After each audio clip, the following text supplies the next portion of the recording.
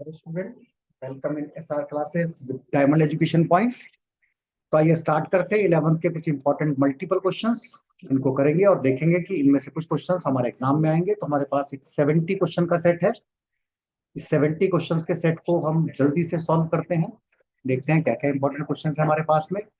और सभी बच्चों को ये जो जितने भी इंपॉर्टेंट क्वेश्चंस रहेंगे ये सबको करने हैं। तो बहुत ही इंपॉर्टेंट क्वेश्चंस हैं इस बार, एमसीक्यू क्वेश्चन पे 11th के।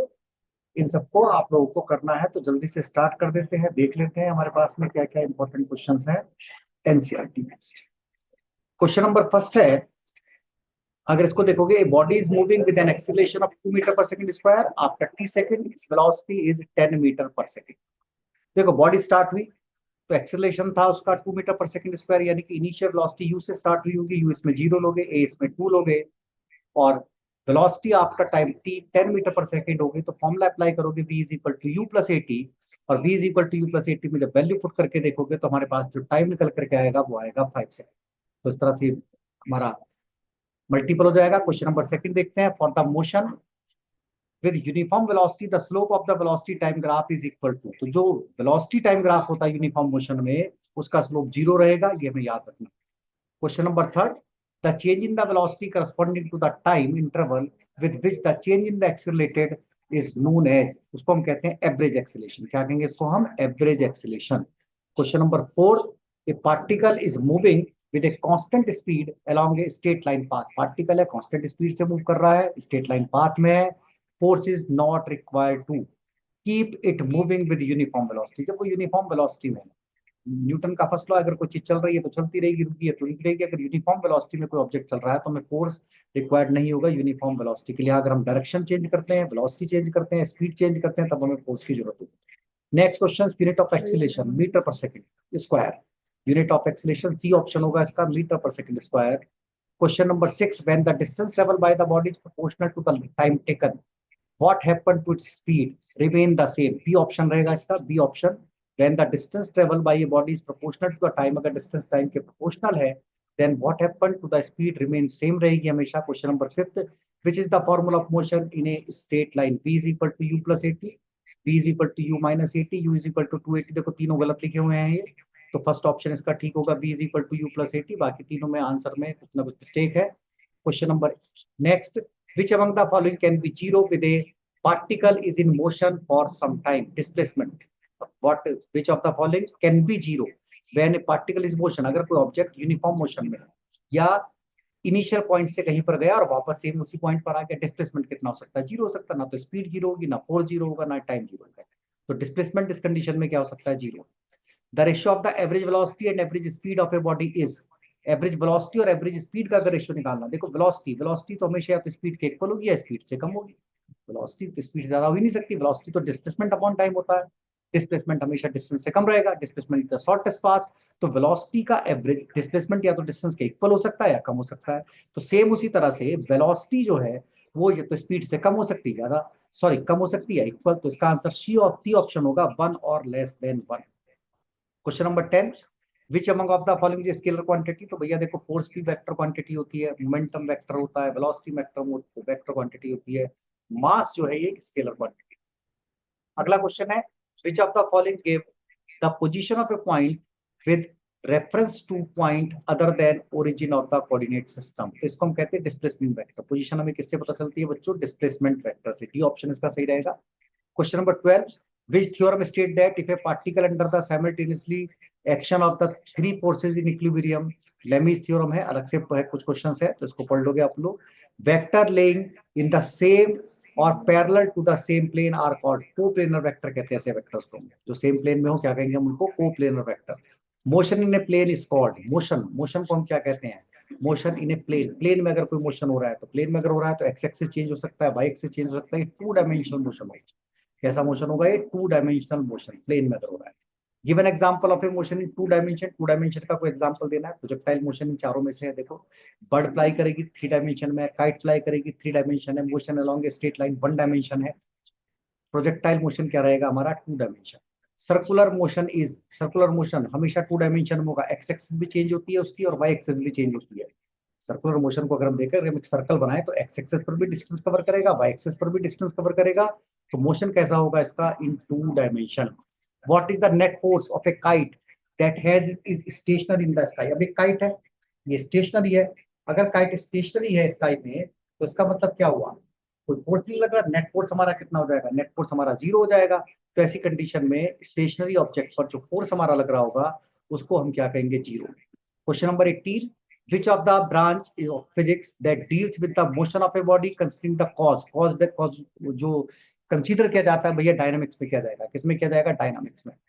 तो विच of the branch of the physics that deals with the statics में हम रेस्ट में होता है ऑब्जेक्ट, थर्मोडायनामिक्स में हीट की वजह से चलता है, एस्ट्रोनॉमी अलग चीज है। What is the formula to find the linear velocity, linear velocity का फॉर्मूला सबको याद होगा, मास इनटू वेलोसिटी, सही ऑप्शन दे रखा है सी इसका। Question number 20, which of the following, which the type of inertia. अच्छा, इनर्शिया रेस्ट भी होता है, इनर्शिया मोशन भी होता है, इनर्शिया ऑफ डायरेक्शन भी होता है। तो इसका answer all of the above points, हम अबव ऑप्शन इसका आ जाएगा। नेक्स्ट क्वेश्चन है, when an external force is not applied to the system its total momentum is, कोई एक्सटर्नल फोर्स तुम अप्लाई नहीं कर रही हो तो टोटल मोमेंटम क्या रहेगा, कांस्टेंट रहेगा, चेंज ही नहीं होगा। Question number 22, force acting for a short duration, short duration के फोर्स को कहते हैं इंपल्सिव फोर्स, क्या कहेंगे उसको, इंपल्सिव फोर्स, सिंपल सी डेफिनेशन है। The inherent property with which a body resist any change in the state of motion. इसका answer तुम्हें देना है भैया कमेंट बॉक्स में, इसका आंसर तुम लिख करके दोगे कमेंट बॉक्स में, क्या आंसर इसका होना चाहिए।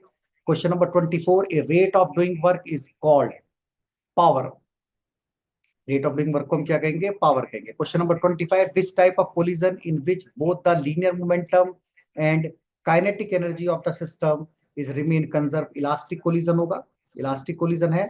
And collision between marble balls, which type of collision, ये भी इलास्टिक कोलिजन हो सर, बी ऑप्शन इसका ठीक है। The energy possessed by the body due to which motion is known as kinetic energy, भैया मोशन की वजह से जो बॉडी में एनर्जी आती है उसको हम क्या कहेंगे, काइनेटिक एनर्जी, क्या कहेंगे उसको हम, काइनेटिक एनर्जी। क्वेश्चन नंबर 28, इसका बी ऑप्शन होगा, बिल्कुल ढंग से देखेंगे। क्वेश्चन नंबर 29, इसका भी बी ऑप्शन होगा, न्यूमेरिकल सॉल्व करके देखना। Question number 30, which one has higher kinetic energy, heavy body और लाइट बॉडी, भैया लाइट बॉडी में ज्यादा काइनेटिक एनर्जी होगी, क्योंकि मोमेंटम का फॉर्म लगाओगे मास इंटू वेलोसिटी, एक का मास ज्यादा है, एक का मास कम है, इसमें ज्यादा वेलोसिटी आ जाएगी। Question number 31, a ball moves in a frictionless incline table without sloping, the work done 0 होगा, वर्क डन 0 होगा। The rotational inertia of a rigid body is referred to moment of inertia कहते हैं इसको हम। And if a body is rotating about an axis passing through the centre of mass, the angular momentum of the body, ये axis of rotation हो जाता है। And question number 34, linear velocity of all the particles of the body rotational motion is about, different होगी भाई, क्या रहेगी ये, linear velocity क्या रहती है सबकी, अलग अलग पार्टिकल्स जो होंगे रोटेशनल मोशन में सबकी लीनियर वेलोसिटी अलग अलग होगी। अगला क्वेश्चन है, the centre of mass of a body, ही का मतलब नहीं है यहाँ पर, centre of mass of a body, centre of mass of a body lies on the surface of the body always. अगला question, the combination of rotational motion and the transitional motion of rigid body is known as rolling motion कहते हैं इसको हम, याद रखोगे। Which law describe the orbits of planets around the sun, Kepler's law थे। Question number 37, the sum of the kinetic and potential energy in when a missile is launched with a velocity less than escape velocity, negative हो जाएगी, याद रखोगे। The satellite having the same time period और revolution of the earth is called, जो stationary satellite होते हैं ऐसे। अगला क्वेश्चन हमको दिया हुआ है, पढ़ लोगे इसको तुम। क्वेश्चन नंबर 39 है, देखो क्वेश्चन नंबर 40 है यहाँ पर, ये according to the Hooke's law elasticity of the stress increase the ratio of stress to strain remain constant रहेगा। क्वेश्चन नंबर 41 है। क्वेश्चन नंबर 42 है यहाँ पर, modulus of rigidity of ideal liquid is 0। तो इस टाइप के कुछ मल्टीपल क्वेश्चन है, 70 क्वेश्चन का सेट है ये, और ये आप लोगों के एग्जाम में आ सकते हैं इसमें से कुछ question. The maximum load of a wire can withstand without breaking when its length is reduced to half of the original length will be, answer रहेगा इसका remain the same। and the temperature of a wire is double, Young's modulus of elasticity में क्या होगा, Young's modulus of elasticity will decrease। ठीक है। Question number 45 C option है इसका, question number C और बी दोनों ऑप्शन है भाई इसके। क्वेश्चन नंबर सी ऑप्शन था उसका। Question number 46, along a streamline flow the velocity of all fluid particle crossing a given position is constant रहेगा। Question number 47, for the surface molecule there is a net downward force होता है, याद रखेंगे इस question को। Question number 49 का answer A part है। Question number 50, which of the following describe circular motion, तो जो पेरियोडिक मोशन होता है वो सर्कुलर मोशन होगा, याद रखेंगे इसको। Work is a scalar quantity होती है, याद रखना है। And streamline flow is more likely for liquids with high velocity and low density, दोनों ऑप्शन होंगे, high velocity and low density दोनों ऑप्शन है। ऐसे करके ऑप्शन आ जाते हैं कई बार एग्जाम में, first second second third third fourth, ठीक है ना। तो high velocity and low density दोनों आंसर होंगे इसके। With increase in temperature the velocity of gas increase, velocity of gas viscous, ये था viscosity of gas increase, viscosity increase हो जाती है, याद रखेंगे भाई। और लिक्विड डिक्रीज भी हो जाते हैं, दोनों आंसर्स हैं, ठीक है ना।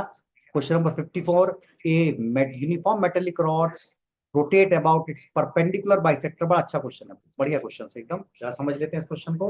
ए uniform metallic rod rotate about the perpendicular bisector with constant angular speed if it is heated uniformly to raise the temperature. अगर हमने एक मेटेलिक रॉड ली, उस मेटेलिक रॉड को हमने घुमा दिया और उसको हीट कर दिया साथ साथ, तो क्या उसकी स्पीड पर कोई फर्क पड़ेगा, ये क्वेश्चन है। ऐसा लग रहा होगा कि भैया अगर तुम हीट करोगे तो स्पीड पर कोई फर्क नहीं पड़ेगा, स्पीड पर फर्क पड़ेगा, स्पीड डिक्रीज हो जाएगी, स्पीड डिक्रीज हो जाएगी। एक रॉड है, रॉड को परपेंडिकुलर बाइसेक्टर पर रखा, बिल्कुल उसके सेंटर पॉइंट पर रखा और रोटेट कर दिया, अब हमने रॉड को हीट भी कर दिया साथ साथ, तो स्पीड पर क्या फर्क पड़ेगा, स्पीड डिक्रीज हो जाएगी। अब आप लोग कहोगे क्यों स्पीड डिक्रीज हो गई, उसको हीट करने से उसकी लेंथ बढ़ जाएगी, हीट करने से क्या बढ़ जाएगी, लेंथ, लेंथ बढ़ जाएगी।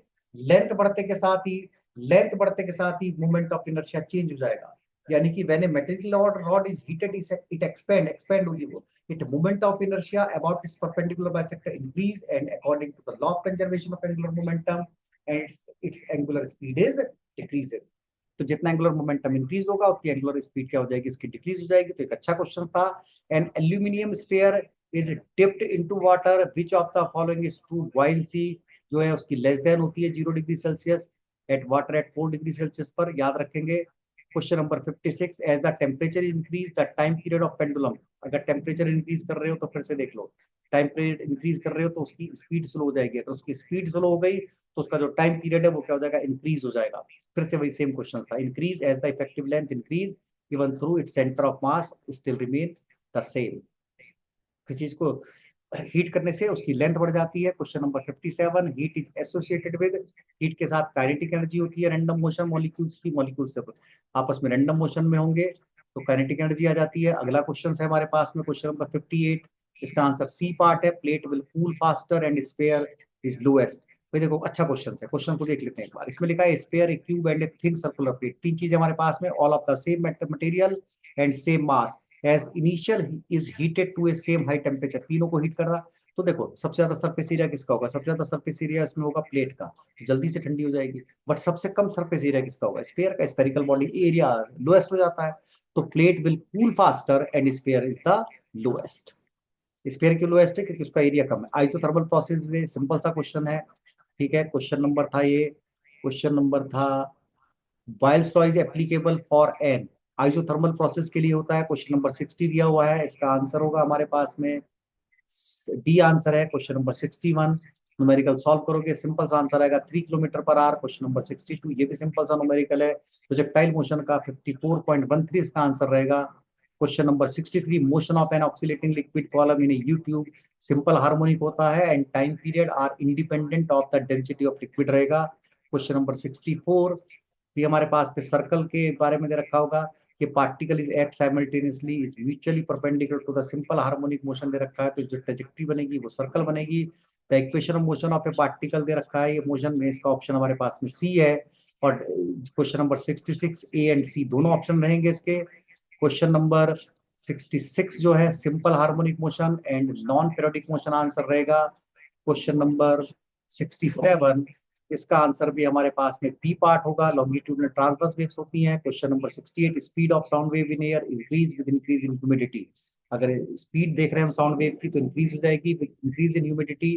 Question number 69 change in the temperature of a medium change wavelength of sound wave change हो जाती है। क्वेश्चन नंबर 70 का आंसर होगा एनर्जी। तो इस तरह के ये 70 मल्टीपल क्वेश्चन भी है, हो सकता है इनमें से कुछ मल्टीपल क्वेश्चन आप लोगों के एग्जाम में आ जाए, सभी बोर्ड के लिए इंपॉर्टेंट है, एचएससी बोर्ड यूपी बोर्ड सभी के लिए इंपॉर्टेंट रहेंगे ये क्वेश्चन। तो कुछ मल्टीपल क्वेश्चन थे 11th के जिनको आप लोग अच्छे से करेंगे। अगर वीडियो पसंद आई या और इंपॉर्टेंट क्वेश्चन आप लोगों को चाहिए तो आपको चैनल को सब्सक्राइब करना पड़ेगा। चैनल का नाम है एसआर क्लासेस धर्मेश कुमार या 29 SR classes 2904। Thank you and have a nice day.